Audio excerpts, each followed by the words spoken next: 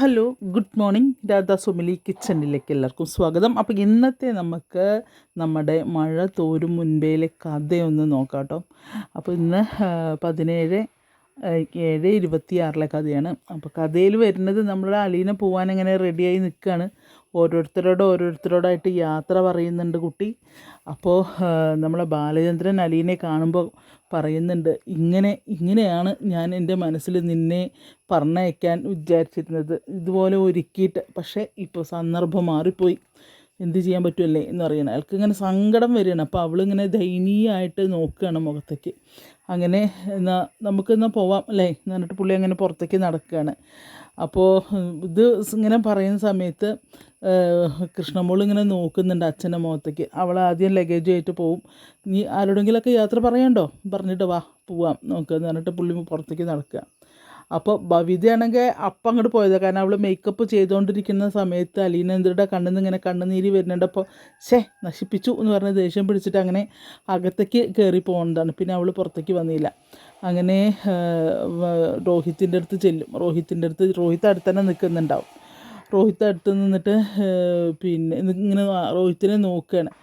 അവിടുന്ന് പിന്നെ രോഹിത്തിനോട് പറയും, മോനെ ഞാൻ പോവുകയാണ്, നിന്നെ അനിയത്തിമാർ രണ്ടാളും നിൻ്റെ കയ്യിൽ ഏൽപ്പിച്ചിട്ടാണ് ഞാൻ പോണത്, നീ നോക്കണം അവരെ എന്ന് പറയണം. അച്ഛനെ ശ്രദ്ധിക്കണം. നമ്മളെല്ലാവരും മറന്നു പോകുന്നൊരു കാര്യമുണ്ട്, അച്ഛനൊരു ഹാർട്ട് പേഷ്യൻ്റാണ്, അതുകൊണ്ട് അത് ശ്രദ്ധിക്കണം, അച്ഛനെ ശ്രദ്ധിക്കണം. എന്ത് പ്രശ്നം ഉണ്ടെങ്കിലും അച്ഛൻ്റെ കൂടെ നിൽക്കണം നിങ്ങൾ പറയുമ്പോൾ അങ്ങനെ തലവലിക്ക് സമ്മതിക്കുകയാണ്.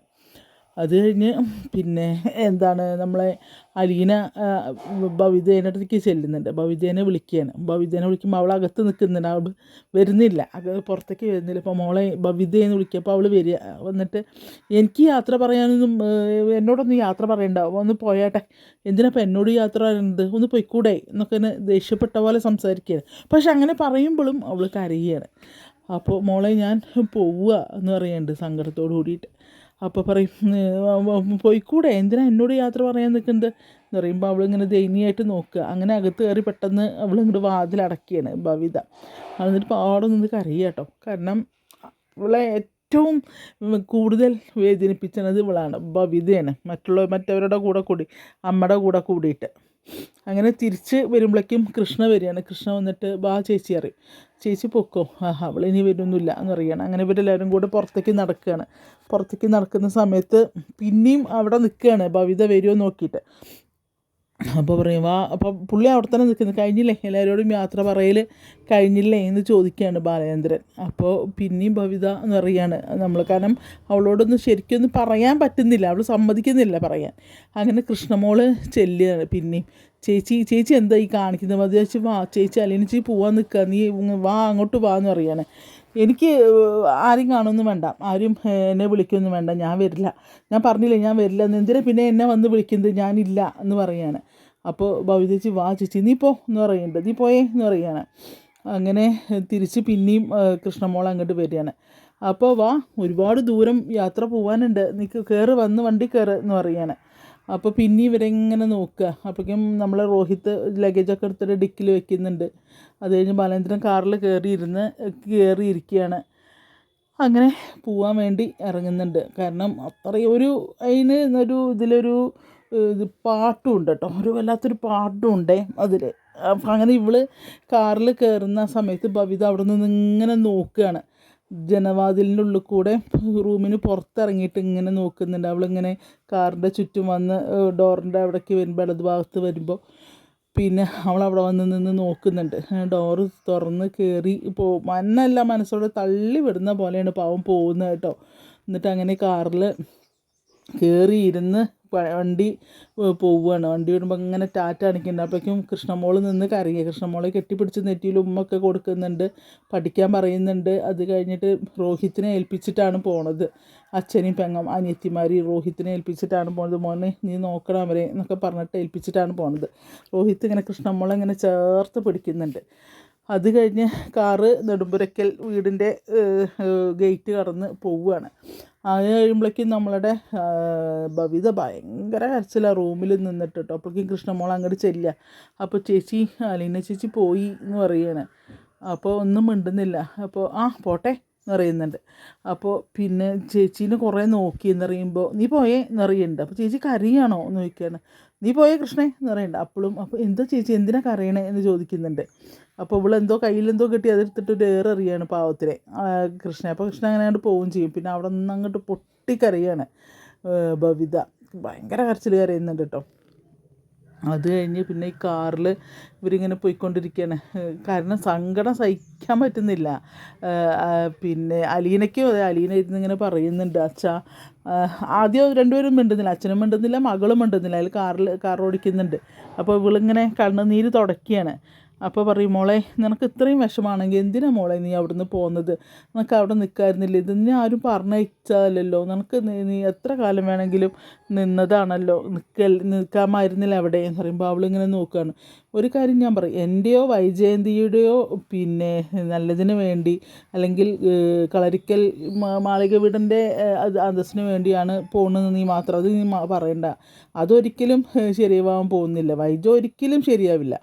അപ്പോൾ പിന്നെ എന്താ പറയുക, ആ ഒരു പേരും പറഞ്ഞിട്ടാണ് അവരുടെ നല്ലതിന് വേണ്ടിയാണ് നീ പോകുന്നതെന്ന് മാത്രം നീ പറയരുത് എന്ന് പറയാണ്. അപ്പോൾ അച്ഛാ അതല്ലേ വേണ്ടത്, എനിക്ക് ഏറ്റവും ഇത് സങ്കടം എന്താ വെച്ചാൽ അച്ഛനെ വിട്ടിട്ട് പോരും. കാരണം ആരോടും അച്ഛൻ്റെ മോളായിട്ടാണ് എന്നെ പരിചയപ്പെടുത്തി കൊടുത്തിരിക്കുന്നത്, എനിക്കൊരു സ്ഥാനം തന്ന അച്ഛനാണ്. അപ്പോൾ ആ ഒരു ഇത് എന്നും അച്ഛനോട് എനിക്കുണ്ടായിരിക്കും എന്നൊക്കെ പറയണം. അപ്പോൾ ഇതൊക്കെ ഇവളിങ്ങനെ പറയുമ്പോൾ അച്ഛൻ്റെ മോളല്ലേ എന്നൊക്കെ ഇങ്ങനെ വന്നിങ്ങനെ പറയുമ്പോൾ ഇയാൾ കരയുക കേട്ടോ. നമ്മളുടെ ബാലചന്ദ്രനെ ഭയങ്കര കരച്ചിൽ കയറിയുന്ന ആൾ മിങ്ങി പൊട്ടുന്നുണ്ട് കേട്ടോ. കാറിലിരുന്നിട്ട് ഇങ്ങനെ ചുണ്ടിങ്ങനെ കൂട്ടി പിടിച്ചിങ്ങനെ സങ്കടത്തോട് കൂടിയിട്ടാണ് ഡ്രൈവ് ചെയ്യുന്നത്. ഒക്കെ ഇവൾ കാണുന്നുണ്ട്. അങ്ങനെ ഇവരിങ്ങനെ പോവുകയാണ്, യാത്ര ഇങ്ങനെ ചെയ്ത് പോവുകയാണ്.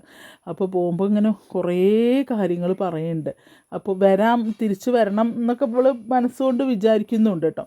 അങ്ങനെ അപ്പോൾ പറയും മോളെ പിന്നെ എന്താണ് നീയായിരുന്നു എനിക്കൊരു ബലം ഉണ്ടായിരുന്നത്. ഇപ്പോൾ പക്ഷെ വൈജനി വന്നാലും നേരാവാനൊന്നും പോകുന്നില്ല എന്ന് പറയും അച്ഛൻ. കാരണം ഇയാൾ ഇനി ക്ഷമിക്കൂല, വൈജയോട് ഒരു തരത്തിലും ഇയാൾ ക്ഷമിക്കില്ല, ബാലചന്ദ്രൻ ക്ഷമിക്കില്ല, അത് ഉറപ്പിച്ച കാര്യമാണ്. അപ്പോൾ വന്നു കഴിഞ്ഞാൽ അവൾ മെക്കെട്ട് കയറാതിരുന്ന അവൾക്ക് കൊള്ളാം, വൈജയ്ക്ക് കൊള്ളാം. അങ്ങനെ ഇവർ പോകുന്നുണ്ട്, വണ്ടി ഇങ്ങനെ ഓടിച്ചുകൊണ്ട് പോവുകയാണ്. പിന്നെ കാണിക്കുന്നത് നമ്മളുടെ ഇവിടേക്കാണ് കളരിക്കൽ മാളിക വീട്ടിലാണ്. ഗംഗാധരമേനോനും ശിവശങ്കരമേനോനും കൂടി സംസാരിക്കുകയാണ്. അപ്പോൾ പറയും ഇനിയിപ്പോൾ എന്താ വൈജയുടെ കാര്യത്തിൽ നമ്മൾ എന്താണ് ഇപ്പോൾ ഒരു തീരുമാനം എടുക്കേണ്ടത് എന്നറിയുക. അപ്പോൾ അപ്പോൾ അലീന പോയി എന്ന് കേട്ടാൽ ഉടനെ അവൾ അവിടുന്ന് പോവും, അത് ഇവിടുന്ന് പോകും എന്തായാലും. ഇനി അവിടെ പോയി കഴിഞ്ഞ് കഴിഞ്ഞാൽ എന്തൊക്കെ ആവും എന്നറിയും, ഒരു ഐഡിയയും കിട്ടുന്നില്ല എന്ന് പറയാം. അപ്പോൾ ഇയാൾ ശിവശങ്കരൻ പറയുന്നുണ്ട് എൻ്റെ കുടുംബ പ്രശ്നങ്ങൾ തന്നെ തീർക്കാൻ എനിക്ക് നേരമില്ല, അതിൻ്റെ ഇടയ്ക്കാണ് ഇപ്പോൾ അവൾക്കാണെങ്കിൽ എന്ത് പറഞ്ഞാലും മനസ്സിലാവില്ല. നമ്മളൊക്കെ പറയുമ്പോൾ വെറും ഒരു ഇതാണ്. ഇതിലും ഭേദം ബാലചന്ദ്രൻ്റെ വായിലേക്ക് 4 കേൾക്കുക നല്ലത്. കാരണം അയാൾ പറയുമ്പോൾ ഒരു ചെവി കൂടെ കൊട്ട് ഒരു ചെവി കൂടെ അങ്ങോട്ട് വിട്ടാൽ മതി. ഇതിപ്പോൾ ഇവളെ പറഞ്ഞാലിട്ട് മനസ്സിലാവില്ല, എന്താ ചെയ്യാന്ന് എനിക്കറിയില്ല എന്നൊക്കെ ഇങ്ങനെ പറയുന്നുണ്ട് കേട്ടോ. അതിൽ പിന്നെ അങ്ങനെ സംസാരിച്ചുകൊണ്ട് നിൽക്കുക. ഇനിയിപ്പോൾ എനിക്കിനിയിപ്പോൾ അതല്ല, ഞാനിനി ഏട്ടൻ എങ്ങനെ പോവുകയാണോ, ഇനിയിപ്പോൾ പോവുകയാണോ അതോ വൈജയെ അങ്ങോട്ട് ആക്കിയിട്ടാണോ പോകണത് എന്നറിയും. എന്തായാലും ആയില്ലേ, ഇനിയിപ്പോൾ വൈജയനെ അങ്ങോട്ട് പറഞ്ഞയച്ചിട്ട് വേണം പോവാൻ. അതാണെന്നല്ല, എന്തായാലും ഞാനിവിടെ ഉണ്ടല്ലോ എന്ന് പറയുക. അപ്പോൾ പറയും ഏട്ടൻ അപ്പോൾ നീ പോകുന്നില്ലേ ഗൾഫിലേക്ക്? എൻ്റെ ജോലിയുടെ കാര്യമൊക്കെ കഷ്ടം, ഇനിയിപ്പോൾ ഇത് മാത്രമല്ല ഹരീനെയും കൂടി ഇറക്കണ്ടേ, അതിന് വേണ്ടിയിട്ട് അഡ്വക്കേറ്റിനെ കാണും കാര്യങ്ങളൊക്കെ വേണം, അവൻ്റെ കാര്യത്തിൽ എന്തെങ്കിലുമൊക്കെ ഒരു തീരുമാനം എടുക്കണം, അല്ലാണ്ട് എനിക്ക് ഇവിടുന്ന് പോകാൻ പറ്റില്ല. പോയാൽ തന്നെ എൻ്റെ ജോലി അവിടെ ഉണ്ടാവുമെന്ന് തന്നെ എനിക്കറിയില്ല, എന്തൊക്കെയാണ് ചെയ്യേണ്ടത് എന്നറിയുന്നില്ല എന്നൊക്കെ അങ്ങനെ രണ്ടുപേരും കൂടെ സംസാരിച്ചുകൊണ്ട് നിൽക്കുമ്പോഴേക്കും കമല ചിരിച്ച് സന്തോഷമായിട്ട് ഫോൺ പിടിച്ചിട്ട് അങ്ങോട്ട് വരും. അറിഞ്ഞില്ലേ കാര്യം എന്ന് ചോദിച്ചിട്ടാണ് വരുന്നത്. അപ്പോൾ ഇവർ ചോദിക്കും എന്ത് കാര്യം, എന്തറിഞ്ഞില്ലെന്നാണ് നീ ചോദിക്കുന്നത് എന്ന് ചോദിക്കുകയാണ് ശിവസേന. അവൾ പോയി, നെടുമ്പരിക്കൽ നിന്ന് അവളെ പറഞ്ഞു വിട്ടു, അവൾ അവിടെ നിന്ന് ഇറങ്ങിപ്പോയി എന്ന് പറയണം. അപ്പോൾ ആര് എന്ന് ചോദിക്കുകയാണ്. അലീന, അല്ലാതെ ആരാ അവിടെ നിന്ന് പോകാനുള്ളത് എന്ന് പറയും. അപ്പോൾ ആരാ പറഞ്ഞത് എന്നോട് ചോദിക്കുമ്പോൾ ബവിതേനെ രഞ്ജു വിളിച്ചിരുന്നു, രഞ്ജുവിനോട് ആ ബവിതയെ പറഞ്ഞത് പോയി എന്നുള്ളത് എന്ന്. അപ്പോൾ ഉറപ്പാണോ പോയിന്ന് ചോദിക്കുമ്പോൾ ആ അതെ, അല്ലാണ്ട് പിന്നെ അവരിപ്പോൾ വെറുതെ പറയുമോ പിള്ളേർ. ഇനിയാണ് പിന്നെ നീ എന്തിനാ അത്ര സന്തോഷിക്കുന്നത് എന്ന് ചോദിക്കുകയാണ് ശിവശങ്കരൻ. അപ്പോൾ പറയും പിന്നെ സന്തോഷിക്കാതിരിക്കാൻ തരല്ലല്ലോ, കാരണം എന്നാലല്ലേ ഇനിയിപ്പോൾ വൈജ അങ്ങോട്ട് പോവുള്ളൂ. ഈ കുടുംബവും അതേപോലെ മറ്റേ വൈജേൻ്റെ അവിടുത്തെ കുടുംബവും ഒക്കെ രക്ഷപ്പെട്ടു. അവളിവിടെ വന്ന് കയറിയത് കൊണ്ടാണ് ഈ കുടുംബങ്ങളൊക്കെ ഇങ്ങനെ ആയത്. അതുകൊണ്ട് പിന്നെ അവൾ പോയാൽ ഈ കുടുംബങ്ങളൊക്കെ രക്ഷപ്പെടും എന്നറിയാം. അപ്പോൾ ഈ കോട്ടയം ജില്ലേനെ രക്ഷപ്പെടും. ഇനി കണ്ടോളും ഉണ്ട്, ഇവിടെ ബിസിനസ്സുകാരൊക്കെ വെച്ചടി കയറ്റാവും കോട്ടയം ജില്ലക്കാരുടെ എന്നൊക്കെ ഇങ്ങനെ പറയാൻ കേട്ടോ. ഇയാൾ കളിയാക്കിയിട്ട് പറയണേ ശിവശങ്കരൻ. എനിക്ക് മനസ്സിലായി നിങ്ങളെ പരിഹാസം എന്താണെന്നൊക്കെ എനിക്ക് മനസ്സിലായി എന്ന് പറയാണ് കേട്ടോ. അപ്പോൾ പറയും നീ നിൻ്റെ പണി എന്താ വെച്ചാൽ നോക്കടി കയ്യിൽ നിന്ന്. അപ്പോൾ ഇയാളോട് അപ്പോൾ അത് പറഞ്ഞിട്ട് ഇയമ്മ അങ്ങോട്ട് പോവുകയാണ്, കമല അങ്ങോട്ട് പോവുകയാണ്. അപ്പോൾ ഇയാൾ ശിവശങ്കരൻ ഗംഗേട്ടനോട് പറയണേ, എനിക്ക് കൈ നിവർത്തി ഒന്ന് കൊടുക്കാൻ അറിയാഞ്ഞിട്ടൊന്നുമല്ല, അവളെ താളത്തിനൊക്കെ തുള്ളിയിട്ടാണ് ഹരിക്കൊക്കെ ഇന്ന് ഇങ്ങനെ വന്നത്. ഞാൻ അവളെന്ത് പറഞ്ഞാലും അവളെ താളത്തിന് തുള്ളാൻ നിന്നു. അതുകൊണ്ടാണ് ഇപ്പോൾ ഈ കുടുംബം തന്നെ ഇങ്ങനെ ആയത്. ഹരിക്കൊക്കെ ഈ ഗതി വന്നത് അതുകൊണ്ട് മാത്രമാണ്. ഇനി ഞാൻ എന്താ ചെയ്യേണ്ടതെന്ന് എവിടുന്ന് തുടങ്ങണമെന്ന് എനിക്ക് പോലും അറിയില്ല എന്നൊക്കെ പറയാൻ.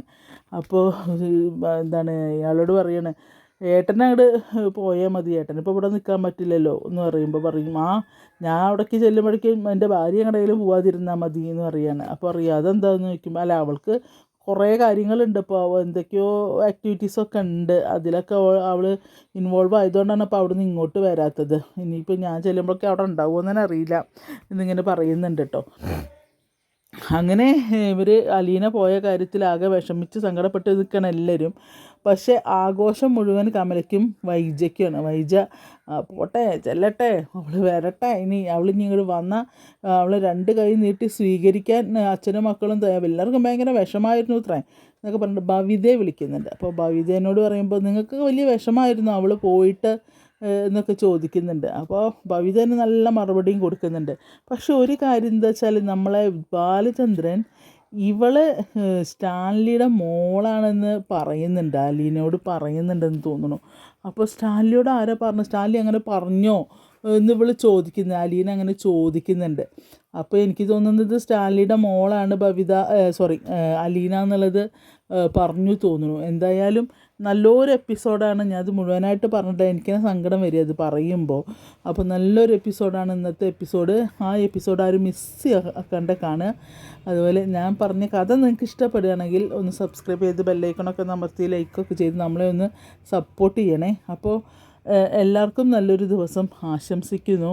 അതുപോലെ അലീനയുടെ യാത്ര പറച്ചിൽ നമുക്ക് എന്താ പറയുക, ഏറ്റവും സങ്കടമായത് എനിക്ക് ഇതിൽ ബാലചന്ദ്രൻ അയാൾ ഇരുന്ന് കാർ ഓടിക്കുമ്പോൾ അയാൾ ഇരുന്ന് കരയുന്നത് കണ്ടിട്ടാണ് എനിക്ക് ഭയങ്കരമായിട്ട് വിഷമമായത് കേട്ടോ. അപ്പോൾ ആരും മിസ് ചെയ്യാണ്ട് കാണുക. കണ്ടിട്ട് നിങ്ങൾക്ക് ഇഷ്ടപ്പെടുകയാണെങ്കിൽ ഒന്ന് സബ്സ്ക്രൈബ് ചെയ്യാൻ മറക്കരുതേ. ഓക്കെ, അപ്പോൾ എല്ലാവർക്കും നല്ലൊരു ദിവസം ആശംസിച്ചിട്ട് നിർത്തുന്നു. Thank you.